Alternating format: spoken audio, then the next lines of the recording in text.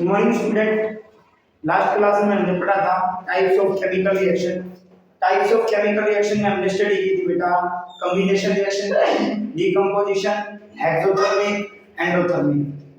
आज की क्लास में हम पढ़ेंगे टाइप्स ऑफ केमिकल रिएक्शन में डिस्प्लेसमेंट रिएक्शन।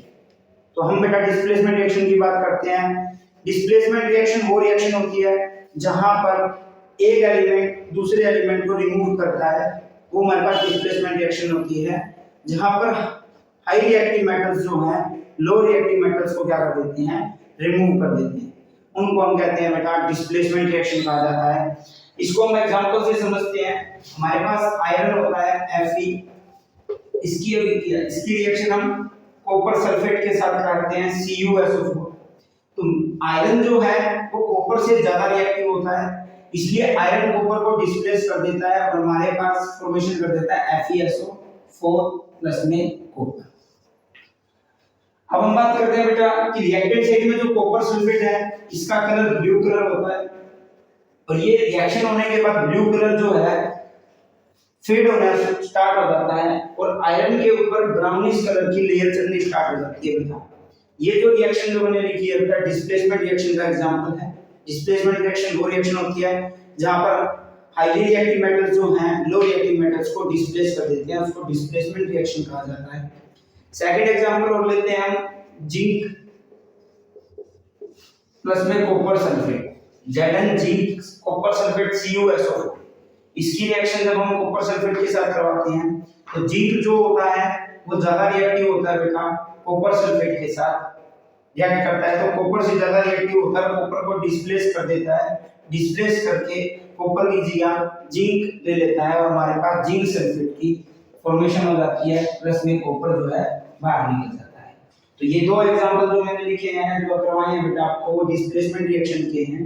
डिस्प्लेसमेंट रिएक्शन वो रिएक्शन होती है जहां पर हाईली रिएक्टिव मेटल्स जो हैं लो रिएक्टिव मेटल्स को डिस्प्लेस कर देते हैं, उसको डिस्प्लेसमेंट रिएक्शन कहा जाता है।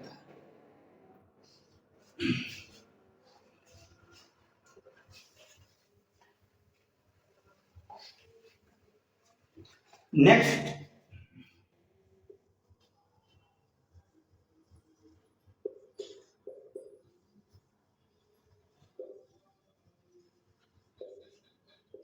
नेक्स्ट रिएक्शन आती है बेटा आपकी,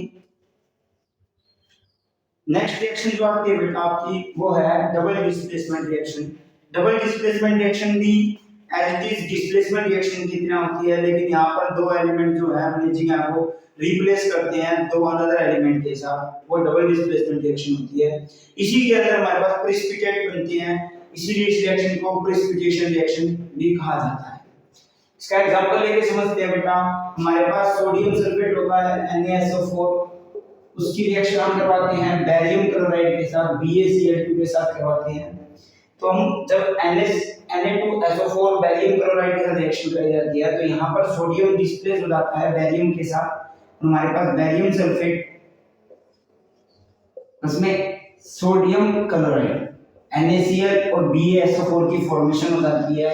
ये हमारे पास डबल डिस्प्लेसमेंट रिएक्शन होती है और इस रिएक्शन के अंदर प्रेसिपिटेट की फॉर्मेशन होती है, इसलिए इसको प्रेसिपिटेशन रिएक्शन भी कहा जाता है। प्रेसिपिटेशन रिएक्शन वो रिएक्शन होती है बेटा जहां पर सॉलिड फॉर्म में लास्ट में जब रिएक्शन रिएक्टेंट प्रोडक्ट के अंदर चेंज हो जाता है तो सॉलिड फॉर्म के अंदर कुछ अमाउंट जो मटेरियल का रह जाता है वो हमारे पास प्रेसिपिटेशन रिएक्शन होती है।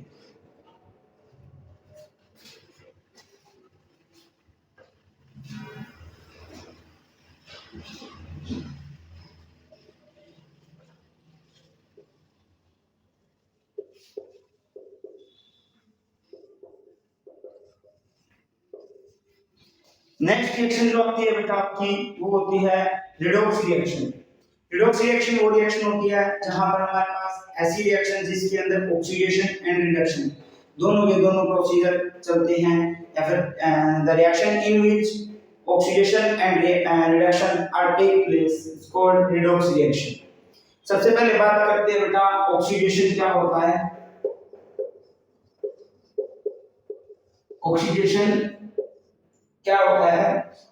ऑक्सीडेशन वो होता है बेटा जहां पर कोई भी मॉलिक्यूल अगर O2 का गेन कर रहा है उसको हम ऑक्सीडेशन कहते हैं, या अपने अंदर से रिमूवल ऑफ हाइड्रोजन, H2 को हाइड्रोजन को रिमूव कर रहा है, हाइड्रोजन को रिमूव कर रहा है, उसको हम ऑक्सीडेशन कहा जाता है। उसके बाद आता है बेटा रिडक्शन। रिडक्शन जो होता है वो होता है कि removal of oxygen of O2 and gain of hydrogen, gain of hydrogen। ये हमारे पास बेटा रिडॉक्स रिएक्शन होती है। रिडॉक्स रिएक्शन वो रिएक्शन होती है जहां पर oxidation and reduction both are take place, this is called redox reaction. First of all हम बात करते हैं बेटा ऑक्सीडेशन क्या होता है। ऑक्सीडेशन होता है gain of oxygen, removal of hydrogen. Reduction होता है बेटा removal of oxygen and gain of hydrogen.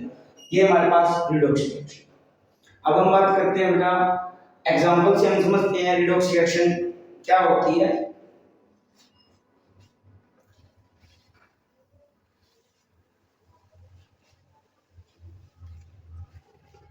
Redox reaction की हम इसको समझते हैं एग्जांपल से। तो जिंक ऑक्साइड को हम हाइड्रोजन गैस के साथ ट्रीट करवाते हैं, रिएक्ट करवाते हैं, तो जिंक अपने अंदर से ऑक्सीजन को रिमूव कर देता है और हाइड्रोजन जो है ऑक्सीजन को गेन कर लेता है। तो हमारे पास जिंक प्लस में H2 ऑक्सीजन की क्या होती है, फॉर्मेशन होती है। अब जिंक ऑक्साइड ने अपने अंदर से ऑक्सीजन को रिमूव कर दिया तो बेटा इसका रिडक्शन हुआ,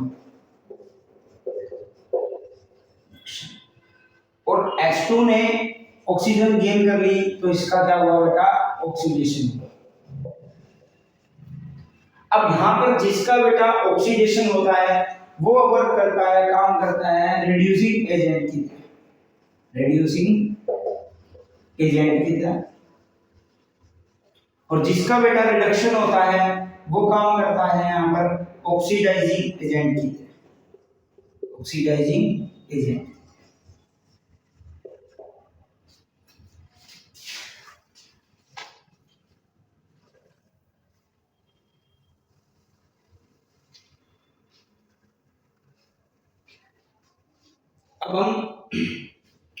अब हम बेटा सेकंड एग्जांपल लेते हैं रिडॉक्स रिएक्शन का। वो होता है हमारे पास कॉपर ऑक्साइड प्लस में H2 गैस। कॉपर ऑक्साइड को हाइड्रोजन गैस के साथ ट्रीट करवाया जाता है, तो कॉपर अपने अंदर से ऑक्सीजन को रिमूव कर देता है और हाइड्रोजन उस ऑक्सीजन को गेन कर लेता है। तो कॉपर ऑक्साइड से कॉपर के अंदर जब कॉपर ऑक्साइड कॉपर में चेंज होता है तो इसने अपने अंदर से ऑक्सीजन को रिमूव कर दिया है। तो अगर ये ऑक्सीजन को रिमूव कर रहा है तो बेटा इसका क्या हो रहा है, रिडक्शन हो रहा है, और H2 ने ऑक्सीजन को गेन कर लिया है तो इसका हो रहा है बेटा ऑक्सीडेशन। और जिसका ऑक्सीडेशन होगा रिएक्शन के अंदर, जिसका ऑक्सीडेशन होगा वो रिड्यूसिंग एजेंट की तरह काम करेगा, रिड्यूसिंग एजेंट की तरह वर्क करता है, काम करता है, और जिसका बेटा रिडक्शन होता है वो वर्क करता है ऑक्सीडाइजिंग एजेंट का, ऑक्सीडाइजिंग एजेंट। ये आपकी रिडॉक्स रिएक्शन की ऐसी रिएक्शन जिसके अंदर ऑक्सीडेशन भी हो रहा है और रिडक्शन भी हो रहा है, उसको हम रिडॉक्स रिएक्शन कहते हैं। इनको हमने एग्जांपल से समझा, copper oxide plus H2O change हो गया कॉपर प्लस में H2। कॉपर ऑक्साइड ने अपने अंदर से ऑक्सीजन को रिमूव कर दिया, वो ऑक्सीजन हाइड्रोजन ने ले ली और वाटर की फॉर्मेशन कर ली। तो इस टाइप की जो रिएक्शंस होती है बेटा वो रिडॉक्स रिएक्शन होती है, जिसके अंदर oxidation and reduction both are take place. कर दिया। नेक्स्ट टॉपिक जो है बेटा आपका वो है करोजन, जिसको हम हिंदी में कहते हैं जंग लगना। करोजन की डेफिनेशन आप ये लिख सकते हो, rusting of iron. Rusting of iron का मतलब हुआ बेटा कि आयरन के ऊपर ब्राउनिश कलर की लेयर फिर जाती है, उसको हम रस्टिंग ऑफ आयरन कहते हैं। यहाँ पर जो हमारे पास आयरन होता है वो वाटर के साथ रिएक्ट करता है और Fe2O3.XH2 की फॉर्मेशन करता है। यहाँ पे जो X है इसका मतलब होता है बेटा नंबर ऑफ वाटर मॉलिक्यूल, इसको हम कहते हैं रस्टिंग ऑफ आयरन या करोजन कहा जाता है। X का मतलब होता है number of water molecule, number of water molecule. अब बात ये आती है बेटा कि जंग लगने से बचा कैसे जा सकता है। तो जंग लगने से बचने के लिए हम आयरन की